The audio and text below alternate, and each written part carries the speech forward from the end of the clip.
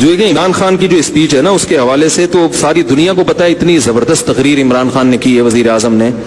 اس میں تو میرا خیال ہے کوئی بھی نہیں کہہ سکتا کہ دو رائے نہیں ہو سکتی. اور اس تقریر سے سب سے زیادہ جو پریشان ہوئے یہودی ہوئے ہیں, سب سے زیادہ یہودی پریشان ہوئے اس تقریر سے, کیونکہ کئی سالوں سے اسلام دشمن قوتیں میڈیا پہ جو پروپیگنڈا کر رہی تھی نا, اس پروپیگنڈے کو اس ایک تقریر نے اس پروپیگنڈے کی دھجیاں اڑا دی ہیں. کیونکہ ایک انتہائی ذمہ دار آدمی جو ایک اسلامی کنٹری کا وزیر اعظم ہے, ایک عام آدمی نہیں ہے, ایک اسلامی, کیونکہ سارے پروپیگنڈا اسلام کے خلاف ہو رہا تھا نا, تو ایک اسلامی کنٹری کا وزیر اعظم, اور ایسی جگہ پہ کھڑے ہو کر کہ دنیا میں اس سے زیادہ حساس جگہ اور اہم جگہ کوئی ہو نہیں سکتی,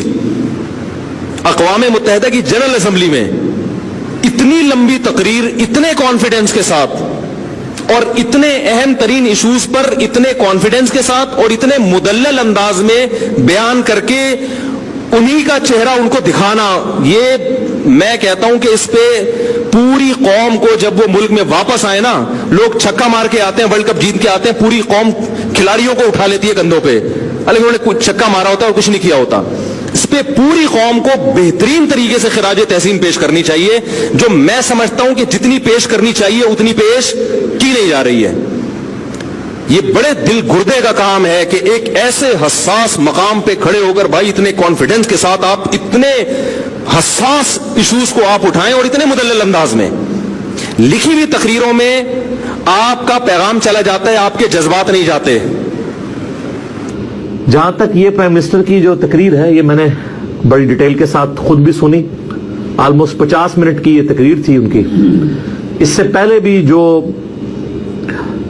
سب سے پازیٹیو چیز اس تقریر کی یہ تھی کہ انہوں نے بسم اللہ پڑھ کے آغاز کیا اور ایاک نعبد و ایاک نستعین, یہ سب سے پازیٹیو چیز تھی. دوسری جو سب سے اہم ترین چیز تھی, بسم اللہ سے آغاز کرنے کے بعد اور ایاک نعبد و ایاک نستعین پڑھنے کے بعد وہ پرائم منسٹر نے جو یہ بات کہی نا کہ میرا ایمان ہے لا الہ الا اللہ پہ, یہ سب سے کلائمیکس تھا ان کی تقریر کا. 50 منٹ کی تقریر میں جو آخری 15-20 منٹ ہے نا, وہ اصل میں روح ہے اس کی. اسی میں انہوں نے یہ بات کی تھی کہ میں ایک گاڈ میں بلیو کرنے والا ہوں تو میں کسی سے نہیں ڈرتا. پوری دنیا کے مسلمانوں کو ایٹ لیسٹ مسلمانوں کے 2 لیڈرز کے حق میں دعا کرنی چاہیے. نمبر 1 طیب اردگان کے بارے میں, حافظہ اللہ تعالی, اور دوسرے پرائم منسٹر عمران خان صاحب حافظہ اللہ تعالی, علماء سے معذرت کے ساتھ, کہ اللہ تعالیٰ ان کو استقامت دے اور ان میں جو برائیاں وہ دور کرے اور مزید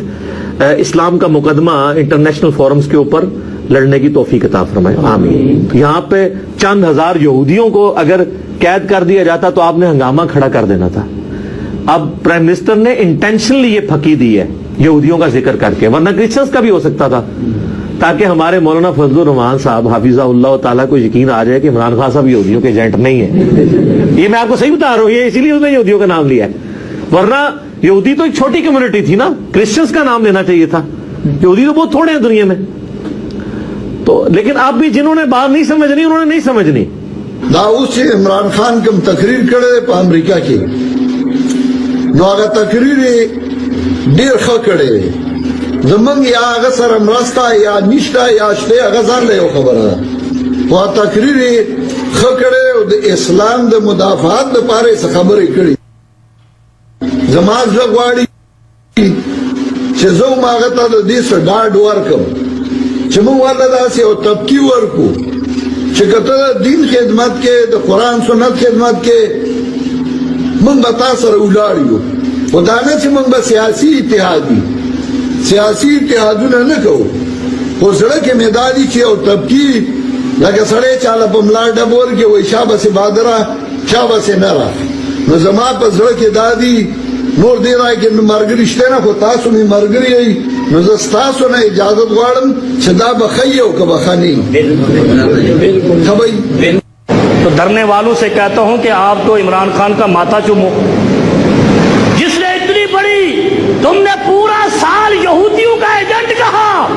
اس نے مسلمانوں کو رلا دیا ہے. ایسی تقریریں کی ہے، ان سارے مسلمانوں کو مل کر عمران خان کا استقبال کرنا چاہیے۔ آج تاریخ میں نے دیکھا ہے کوئی مسلم لیڈر اس طریقے سے امت کا مقدمہ نہیں لڑ سکا جس طریقے سے آپ کے لیڈر نے لڑا ہے۔ اور میں کہتا ہوں یہ امت کے لیے عطیہ ہے۔ ہم سعودیہ کو دیکھتے رہے، ایران کو دیکھتے رہے، ترکی کو دیکھتے رہے، شام کو دیکھتے رہے، ہم نے دنیا کی طرف دیکھا، کوئی امت کی آواز اٹھائے۔ آپ کے لیڈر نے دنیا کو اپنا گرویدہ اس لیے کیا ہے کہ آپ کا مقدمہ کیسے لڑا ہے آپ بھی دیکھ رہے ہیں۔ میں مسلمانوں سے اپیل کرتا ہوں اس شخص کے لیے دعا کریں، کیونکہ مجھے تاریخ پتہ ہے کہ جنرل ضیاء نے جب ان کے خلاف آواز بلند کی تھی، جنرل ضیاء کا انہوں نے کیا حشر کیا۔ عمران خان پر بھی وہ حملہ کریں گے، کیونکہ ان کے گھر میں بیٹھ کر ان کو کہتا ہے کہ ہندوؤں نے خود کش حملے سب سے پہلے شروع کیے، تم نے ہندوؤں کو دہشت گرد کیوں نہیں کہا، تم مسلمانوں کو دہشت گرد کیوں کہتے ہو؟ بڑی بات ہے۔ اور تمہارے سابقہ لیڈر تو ایسے بیٹھتے تھے کہ پاکٹ میں پرچیاں گم ہو جاتی تھی تو الٹا بولتے تھے، اور یہ آدمی بول تو رہا ہے، تمہارا مقدمہ تو لڑ رہا ہے، محمد کی شریعت کا مقدمہ ایسے کسی مسلمان لیڈر نے، کسی مولوی نے نہیں لڑا جس طریقے سے اس نے دلائل دیے ہیں کہ ہم ایک اسلام مانتے ہیں، کہتے رہے لوگ قادیانیوں کا ایجنٹ ہے۔ ارے بے شرمو، تم نے اسلام کو بدنام کیا ہے۔ اس نے کہا اسلام ایک ہے، ہم اس کو مانتے ہیں، اور وہ محمد کریم صلی اللہ علیہ وسلم کا دین ہے۔ ہم محمد کو دین کو اسلام مانتے ہیں، دوسرا کوئی اسلام نہیں ہے۔ تو مجھے بتاؤ اس سے بڑا مسلمانوں کا ایجنٹ کون ہو سکتا ہے؟ اما بعد، الحمدللہ وزیر اعظم پاکستان نے آج اقوام متحدہ میں عالم اسلام کے مسلمانوں کی ترجمانی کی ہے۔ ناموس رسالت کے مسئلے پر اسلام کی ترجمانی دہشت گردی کے مقابلے پر،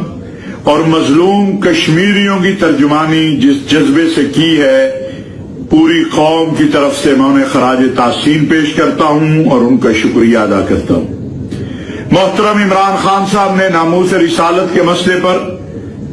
عالمی دنیا کو یہ بتایا کہ ہمارے دل کے کھول کے دیکھو، ہمارے دلوں میں ہمارے آقا علیہ الصلوۃ والسلام کی جو محبت ہے اس کا تمہیں اندازہ نہیں ہے۔ مودی اور ہندوستان کے جو ہٹلر کی طرح کے عزائم ہیں وہ سارے دنیا کے سامنے رکھے، اور آخری بات جو عمران خان صاحب نے کی ہے کہ یاد رکھو ہم لا الہ الا اللہ پڑھنے والی قوم ہیں، ہم کس سے ڈرتے نہیں ہیں۔ جنرل اسمبلی سے عمران خان کی تقریر کا بڑا چرچا ہے اور اس کو ایک بڑی اچھی تقریر قرار دیا جا رہا ہے ان کے جو حامی حلقے ہیں ان کی طرف سے۔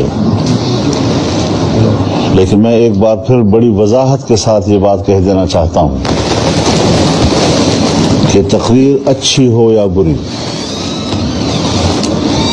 لیکن دھاندلی زدہ انتخابات کے نتیجے میں عمران خان کی حق حکمرانی کو جواز فراہم نہیں کر سکتی۔ کشمیر کے حوالے سے جو انہوں نے بات کی ہے، کشمیر کو بیچنے کے جرم پر پردہ ڈالنے کی کوشش کی گئی ہے، جبکہ ہوائی باتیں اور خلائی باتیں اس سے پہلے بھی بہت سے حکمران کر چکے ہیں، اور ہم اس زمانے میں بھی ان کی تقریروں پر بغلے بجایا کرتے تھے۔ لیکن دیکھنا یہ ہے کہ اس نے کیا ایک ذمہ دار ریاست کی نمائندگی کی ہے؟ کیا اس تقریر کے بعد دنیا پاکستان کو ایک رسپانسبل اسٹیٹ کہنے کے لیے تیار ہو سکتا ہے؟ بین الاقوامی فورم پر ایسی بات کہنا کہ جس سے آپ صرف ایک داد تو حاصل کر سکتے ہیں، میرے مد نظر صرف ایک جذباتی اور ایک صالح لوگوں کی جذبات کی تسکین مقصود نہیں ہے، میرے مد نظر اس تقریر کے مجموعے کا پاکستان کے اوپر اثر انداز ہونے والے معاملات یہ چیز اصل ہے کہ یہاں